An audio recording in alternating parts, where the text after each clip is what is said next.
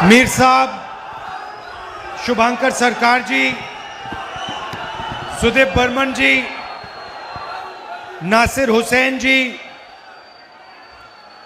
सुबोध कांत सहाय जी, BP Singh ji, Irfan Ansari ji, stage पे senior नेता, भाइयों और बहनों, प्रेस के हमारे मित्रों, आप सबका यहां बहुत बहुत स्वागत। कैसे हैं आप लोग? ऊर्जा तो बहुत है आप में। देखिए, देश में विचारधारा की लड़ाई हो रही है। एक तरफ कांग्रेस पार्टी देश को जोड़ने का काम करती है, संविधान की रक्षा करती है, सर्व धर्मों को एक साथ लेकर चलती है, और दूसरी तरफ आरएसएस, बीजेपी, नरेंद्र मोदी नफरत फैलाते हैं, एक धर्म को दूसरे धर्म से लड़ाते हैं, प्रदेशों को जलाते हैं, जैसे मणिपुर में किया, एक जात को दूसरी जात से, एक भाषा को दूसरी भाषा से लड़ाते हैं। यह लड़ाई चल रही है। अब मैं आपसे सवाल पूछना चाहता हूं। मेरे ऊपर 36 केस हैं। क्यों? क्योंकि मैं नरेंद्र मोदी से, आरएसएस से 24 घंटे लड़ता रहता हूं। आज मैं यहां आया हूं, मैं बेल पर हूं, मैं बेल में हूं और मैं आया हूं। नरेंद्र मोदी ने मेरा सरकारी घर ले लिया, मेरी लोकसभा की मेंबरशिप रद्द कर दी थी, और ईडी ने 55 घंटे मेरा इंटेरोगेशन किया। मैं आपसे पूछना चाहता हूं, ममता जी का ईडी ने कितना इंटेरोगेशन किया है?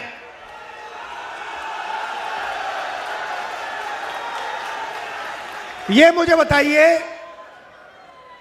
बीजेपी ने ममता जी का घर क्यों नहीं लिया?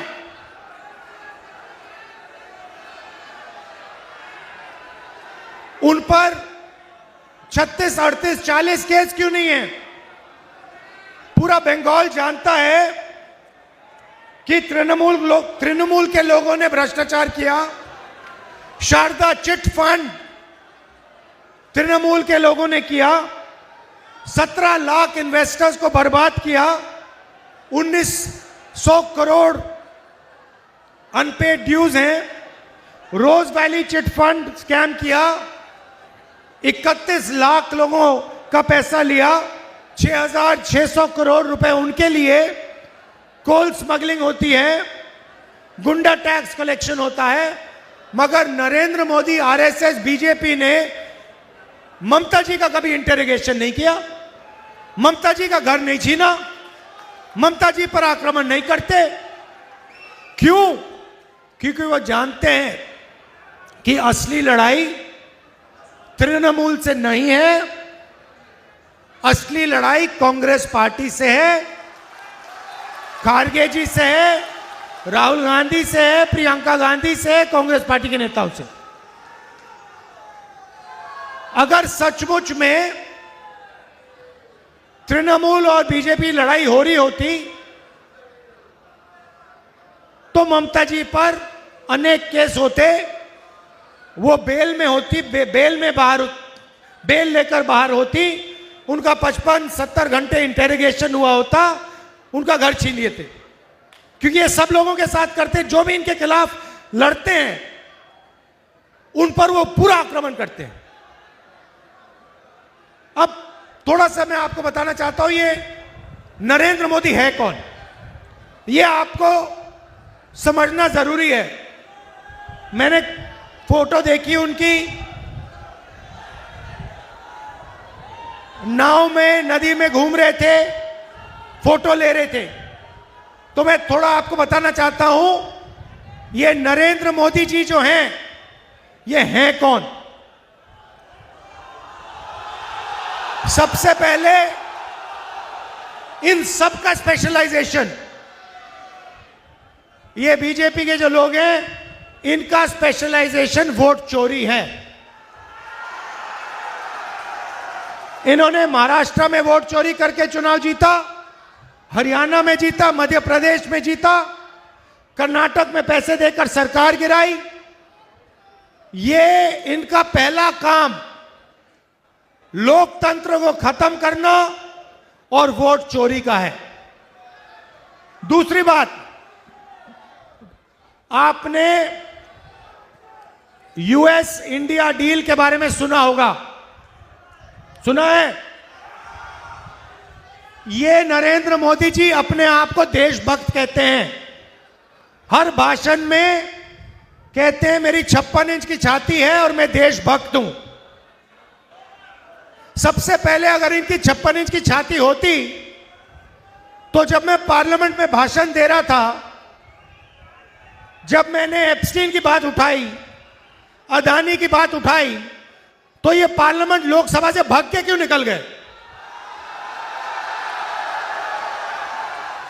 दूसरी बात, इन्होंने अमेरिका से समझौता किया। क्या किया? हिंदुस्तान का एग्रीकल्चरल सिस्टम जो है, हमारे जो किसान हैं उनको धोखा दिया और अमेरिकन किसानों को अपना माल हिंदुस्तान में बेचने की परमिशन दी। यह काम किसी भी प्रधानमंत्री ने नहीं किया, आज तक किसी प्रधानमंत्री ने नहीं किया। अमेरिका के जो खेत हैं, हजारों एकड़ के खेत हैं, हमारे छोटे खेत होते हैं। हमारे यहां मैकेनाइजेशन नहीं होता, अमेरिका में फुल मैकेनाइजेशन है। कंबाइन हार्वेस्टर, मशीनरी, टेक्नोलॉजी सब चलती है वहां। अमेरिका के किसान का माल हिंदुस्तान में बिकना शुरू हो जाएगा, हिंदुस्तान के सब किसान, बंगाल के किसान बर्बाद हो जाएंगे। यह इन्होंने पहला काम किया। दूसरा काम, बंगाल की इंडस्ट्री तो ममता जी ने उड़ा दी, खत्म कर दी, वो अलग बात है। पहले आप इंडस्ट्रियल सेंटर हुआ करते थे, यहां हिंदुस्तान मोटर्स थी, यहां पे जूट इंडस्ट्री थी और बंगाल इंडस्ट्रियल स्टेट माना जाता था। नरेंद्र मोदी जी ने ट्रंप को वायदा किया कि हर साल हिंदुस्तान 9.5 लाख करोड़ रुपया माल अमेरिका से खरीदेगा। भाइयों और बहनों, अगर हिंदुस्तान 9.5 लाख करोड़ रुपए अमेरिका से खरीदेगा तो हिंदुस्तान के छोटे स्मॉल और मीडियम बिजनेसेस सारे के सारे बंद हो जाएंगे। यह इसने दूसरा काम किया। तीसरा काम, हिंदुस्तान का पूरा डेटा जो 21वीं सदी में देश का धन होता है, देश की शक्ति होती है, देश की पूंजी होती है, सारा का सारा इसने अमेरिका को पकड़ा दिया। आज अमेरिका जहां भी हिंदुस्तान का डेटा रखना चाहता है रख सकता है, जो भी करना चाहता है कर सकता है। और तीसरा काम, शायद सबसे खराब काम इसने किया। इसने अमेरिका से कहा कि हम उन्हीं देशों से पेट्रोल खरीदेंगे, तेल खरीदेंगे जो परमिशन आप दोगे। तो आज हिंदुस्तान बिना अमेरिका के परमिशन लिए, बिना अमेरिका के सामने हाथ जोड़े किसी भी देश से तेल नहीं खरीद सकता है। ये व्यक्ति जो अपने आप को देशभक्त कह रहा है, इसने ये चारों काम किए हैं। ये देशभक्ति नहीं है, ये देशद्रोही का काम है। और ये इसने किया क्यों, ये भी आपको बता देता हूं। ये इसने इसलिए किया क्योंकि डोनाल्ड ट्रंप, अदानी और एप्स्टीन के बारे में सारा कुछ जानता है। डोनाल्ड ट्रंप खुल के कह रहा है कि जब भी मैं नरेंद्र मोदी के करियर को खत्म करना चाहता हूं, 2 मिनट में मैं खत्म कर सकता हूं। और फिर डोनाल्ड ट्रंप कहता है कि जब मैं हिंदुस्तान के प्रधानमंत्री को फोन करता हूं, जब वो फोन उठाता है तो वो कहता है, yes sir, what can I do for you. शर्म की बात है। हिंदुस्तान का प्रधानमंत्री अमेरिका के राष्ट्रपति को सर बोलता है, जो शर्म की बात है। मैं आपको बताता हूं, अगर डोनाल्ड ट्रंप ने नरेंद्र मोदी से कहा कि भैया जंप लगा, नरेंद्र मोदी जंप लगाएगा ऐसे। उसने कहा, डोनाल्ड ट्रंप ने कहा कि जाओ इजराइल जाओ, एकदम फ्लाइट पे चढ़ के इजराइल चला गया। तो ये तो है नरेंद्र मोदी और आरएसएस की कहानी, ये इनकी सच्चाई है। आप लोग बंगाल अंग्रेजों से लड़ा था, आपके जो सबसे बड़े नेता, हिंदुस्तान के सबसे बड़े नेता सुभाष चंद्र बोस जी, वो उन्होंने कभी भी किसी को सर नहीं बुलाया। वो है असली देशभक्त।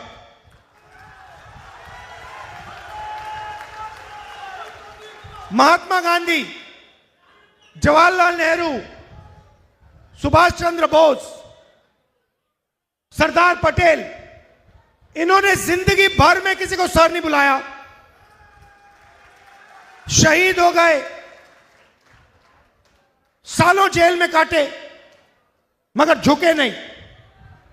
और 56 इंच की छाती वाला प्रधानमंत्री एक सेकंड में डोनाल्ड ट्रंप के सामने जाके माथा टेक देता है।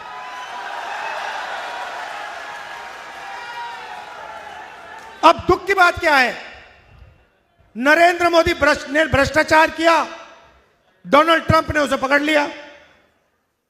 आपने अदानी कंपनी का नाम सुना होगा, सुना?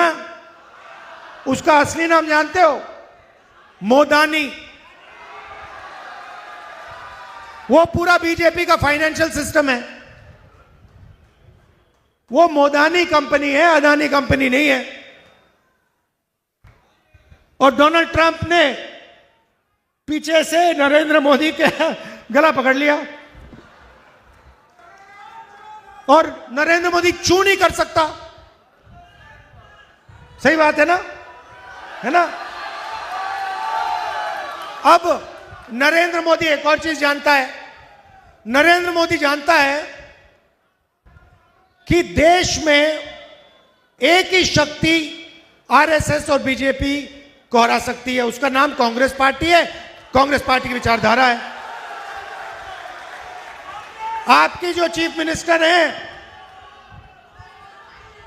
भ्रष्टाचार के बारे में मैंने आपको बताया, शारदा चिट फंड, रोज वैली, कोल स्मगलिंग स्कैम,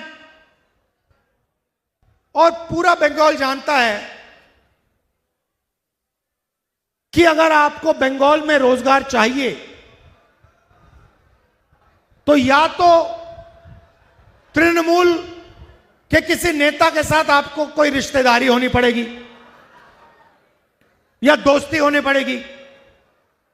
पिछले चुनाव में ममता जी ने कहा था कि बंगाल को 5 लाख नए रोजगार दिलवाऊंगी। ये पता नहीं क्यों इतना मजाक करती रहती हैं। 5 लाख युवाओं को मैं रोजगार दूंगी। आपको याद है, यही बात नरेंद्र मोदी ने बोली थी, 2 करोड़ युवाओं को मैं रोजगार दूंगा। यही रेपिटेशन ममता जी यहां कर रही है। 2021 में 5 लाख नए लोगों को मैं रोजगार दूंगी। और असलियत क्या है? असलियत है कि 84 लाख युवाओं ने अनएम्प्लॉयमेंट अलाउंस के लिए साइन किया है। सारी की सारी इंडस्ट्री बंद कर दी। नरेंद्र मोदी वहां कर रहा है हिंदुस्तान में, बाकी देश में, और यहां पे ममता जी लगी हुई है रोजगार खत्म करने में, भ्रष्टाचार और पूरी की पूरी इंडस्ट्री को बंद करने में। अच्छा, अगर बीजेपी के लोग महिलाओं पर अत्याचार करते हैं रेप केसेस होते हैं, लोगों पर कोई एक्शन नहीं लिया जाता, वही काम ममता जी यहां करती हैं। RG Kar rape and murder scam में यहां आपके सामने एक बेचारी लड़की का मर्डर होता है, बलात्कार होता है, और जिन लोगों ने किया उन पर कोई भी एक्शन नहीं लिया जाता। तो मेरा कहना है कि सच्चाई क्या है?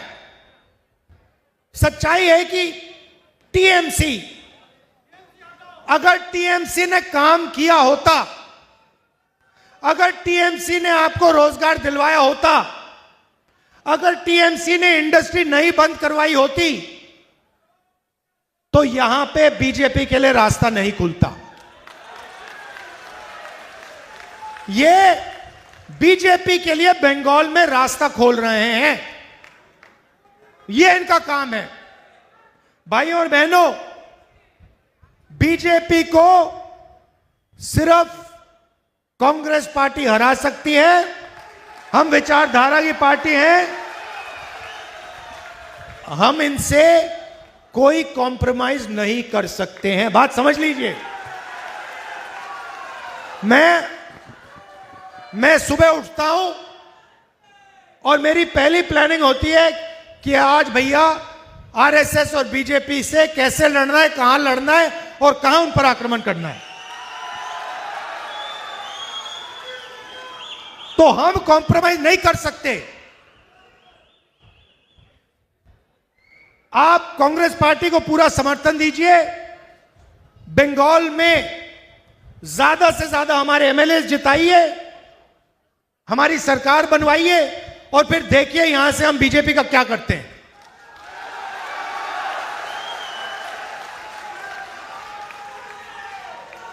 तो मैंने और कांग्रेस पार्टी ने कन्याकुमारी से कश्मीर तक यात्रा की। उसमें हमने क्या बोला? यात्रा का लक्ष्य क्या था? भारत जोड़ो यात्रा। नरेंद्र मोदी जी ने यात्रा की, उसका नाम नहीं है, नाम नहीं दिया, मगर उसका नाम भारत तोड़ो यात्रा, वो 24 घंटा करते रहते हैं। तो हमने भारत जोड़ो यात्रा की, 4000 किलोमीटर चले कश्मीर से कन्याकुमारी। एक ही मैसेज था, एक मैसेज था, नफरत के बाजार में मोहब्बत की दुकान खोलनी है। अब हिंसा के खिलाफ मैसेज था, अहंकार के खिलाफ मैसेज था। बीजेपी पूरे देश में हिंसा फैलाती है और तृणमूल पार्टी बंगाल में हिंसा फैलाती है। कांग्रेस के नेताओं को, कांग्रेस के कार्यकर्ताओं को ये 24 घंटा मारते हैं, तंग करते हैं, जेल में डालते हैं, मगर हमारे कार्यकर्ता बब्बर शेर है, किसी से नहीं डरते और ये 1 इंच पीछे नहीं हटते हैं। भाइयों और बहनों, आपको डरना नहीं है, देखना अंत में कांग्रेस पार्टी की जीत होने वाली है, कोई शक्ति नहीं रोक सकती। तो कांग्रेस पार्टी को आप पूरा समर्थन दीजिए। हमारे यहां पे जो कैंडिडेट्स हैं, आ जाइए, सामने आ जाइए। कहां हैं? यहां बैठे हैं। हमारे जो कैंडिडेट्स हैं, यहां पे हमारे 55 कैंडिडेट बैठे हुए हैं। आपको जीत के आना है सबको, पक्का? हाँ, इधर भी है। अच्छा, इधर भी है। आप सब इनको समर्थन दीजिए और कांग्रेस पार्टी की यहां पे सरकार लाइए। दिल से आपका धन्यवाद करता हूं। जय हिंद, जय बंगाल, नमस्कार।